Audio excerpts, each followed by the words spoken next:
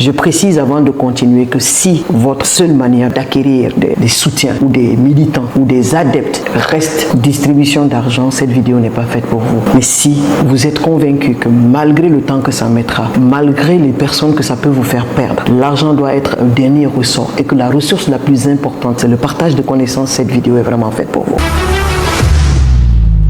C'est pourquoi je vais vous proposer 5 petites activités, peut-être 3 simplement, que vous pouvez mettre en œuvre durant ces grandes vacances pour avoir un impact durable et positif. Parce que c'est de ça qu'il s'agit en politique. Moi, je suis à l'aise, si vous vous informez dans mon pays, les gens me détestent pour la plupart parce que je ne suis pas une distributrice d'argent. La meilleure manière de faire les choses, à mon sens, c'est d'être capable de partager ce qui me semble être précieux. Et pour moi, le savoir est précieux. Bref, première chose, il faut savoir que quelle que soit l'activité que vous allez envisager, c'est quand même dommage que lorsqu'on parle de la jeunesse, c'est-à-dire organiser des événements en faveur de la jeunesse, c'est souvent ce qu'on prévoit, on pense toujours à des activités telles que organiser un tournoi de football. Malheureusement, dans nos sociétés, les jeunes filles n'ont pas le privilège d'aller participer à des activités sportives et surtout footballistiques en général. Et donc, du coup, on se retrouve en train d'appuyer une frange de la jeunesse et d'exclure une autre frange. C'est pourquoi j'invite les leaders que vous êtes à imaginer des activités mixtes qui permettent aux jeunes filles d'avoir également accès à ce que nous appelons un partage sain de choses qui leur permettent de progresser dans leur vie et bien évidemment de voir clair quant à vos intentions liées à votre parcours politique. Exemple tout simple, organiser des séances de lecture. Vous allez me dire, les gens n'aiment pas faire la lecture. Amusez-vous à rendre l'activité participative. Les gens n'aiment pas faire la lecture, mais il y a des types de lecture qu'ils n'aiment pas. Et donc, identifiez avec eux le type de lecture qu'ils aiment. Deuxième chose, vous pouvez organiser des causeries citoyennes autour de sujets d'intérêt, comme des petites conférences. Rassurez-vous, il s'agit également de vous organiser financièrement de manière rationnelle. On ne vous demande pas de rassembler 1000 personnes. L'impact ne peut pas se faire à grande échelle. Il faut avoir le courage d'aller sous forme de boule de neige. Prenez des petits comités. Il ne s'agit pas d'impressionner les gens que vous mobilisez full. Il s'agit de se demander, est-ce que les individualités qui étaient là, est-ce que j'ai pu atteindre les objectifs et qu'ils aient maîtrisé ou en tout cas, ils ont pu acquérir quelque chose qui leur offre le privilège d'être ce qu'ils veulent devenir, c'est-à-dire des leaders comme vous demain. Parce qu'il ne s'agit pas d'être seul à exister dans une communauté, non.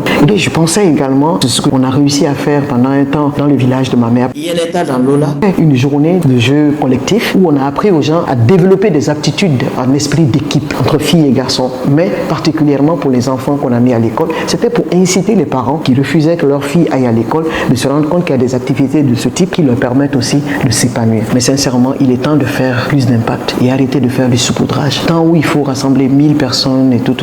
Il y a ces périodes en campagne. Mais avant la campagne, avant quoi que ce soit, ayons le courage d'impacter durablement.